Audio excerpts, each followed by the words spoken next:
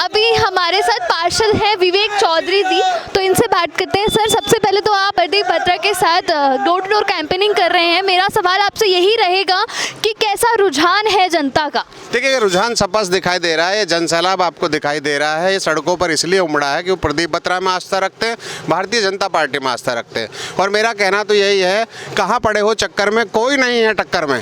Sir, मैं आपसे ये पूछना चाहूँगी कि इस वार्ड से कोई नाराज तो नहीं है? देखिएगा, नाराजगी जैसी कोई चीज़ नहीं है, क्योंकि ये वार्ड जो है प्रबुद्ध वर्ग का वार्ड है। यहाँ सभी लोग रिटायर्ड कर्नल्स, जर्नल्स, बहुत अच्छे लोग हैं, प्रबुद्ध वर्ग के लोग रहते हैं।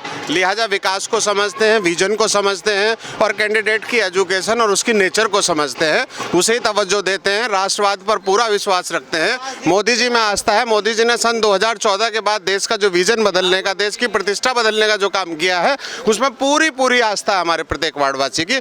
और मैं कह रहा हूँ कि पूरी रुड़की में शायद हम लोग अव्वल आएंगे भाजपा को मार्जिन देने में।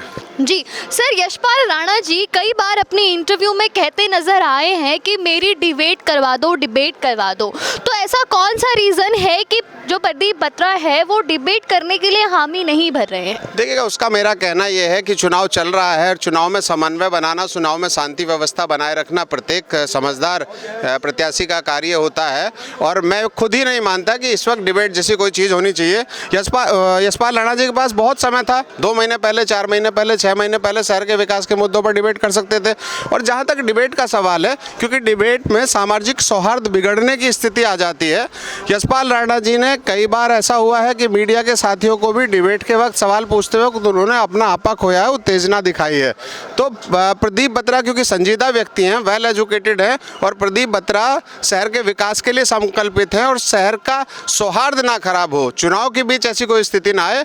और हम स्वागत करते हैं वो आए, चुनाव के बाद बैठ करके नेहरू स्टेडियम में डिबेट करेंगे सभी प्रबुद्ध वर्ग के लोग, कोई दिक्कत नहीं है। जी सर, अभी आपने जो ये है प्रकाश स्वीट्स जो है, आपने इस पे देखा होगा प्रदीप बत्रा का एक बोर्ड लगा हुआ था, और भी कई जगह है जहां प्रदीप बत्रा के बोर्ड लगे हुए हैं और उसके ऊपर यशपाल राणा ने अपने बोर्ड लगाए हैं। तो इसके लिए क्या कहना है सर आप? देखिएगा, समझदारी नहीं है। लोकतंत्र में सबको अपना चुनाव प्रचार करने का अधिकार होता है।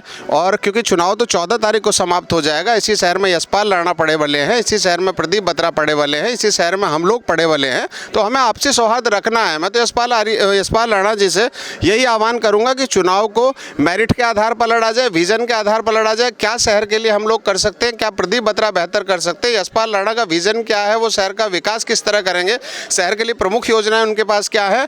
होर्डिंग, बैनर, पोस्टर ऊपर लगाना, नीचे लगाना, फाड़ देना, रख लेना, इसके कोई मायने नहीं होते।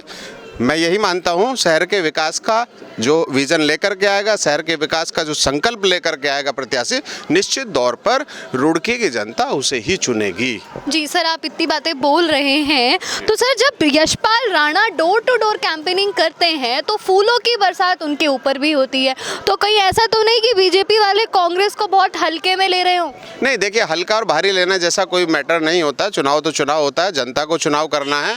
और जहाँ तक फूलों की वर्षा का सवाल है या चुनाव की कैंपेनिंग को बहुत ज़्यादा आकर्षक बनाने का सवाल है, ये तो मैनेजमेंट का एक हिस्सा होता है। फूलों की वर्षा से वोट का कोई ताल्लुक नहीं है। वोट जनता अपने मन से देती है। और आज की जनता इतनी जागरूक हो गई। मैंने कहा था, रुड़की बहुत प्रबुद्ध समाज का शहर है, वेल एजुकेटेड शहर है। तो यहाँ इन चीज़ों के मायने नहीं है। मायने हैं कि शहर की शांति व्यवस्था, शहर का विकास कौन प्रतिनिधि कर सकता है, कौन सी पार्टी कर सकती है। पार्टी का इसमें प्रमुख रोल है। भारतीय जनता पार्टी क्योंकि विजन लेकर के काम करती है, डबल इंजन की सरकार है, देश का कायाकल्प करने का काम उन्होंने किया है, अंतर्राष्ट्रीय स्तर पर हमारी सामाजिक प्रतिष्ठा बढ़ाने का काम किया है, हमारी सामरिक सुरक्षा बढ़ाने का काम किया है। और उसके बाद हमारे पास में एक योग्य और एक अनुभवी प्रत्याशी है, इसीलिए जनता का प्यार उन्हें मिल रहा है। जी, तो जैसे कि आपने देखा, हमारे साथ पार्षद वार्ड नंबर 11 के पार्षद विवेक चौधरी जी जुड़े हुए थे। ऐसे ही आप भी हमारे साथ जुड़े रहिए।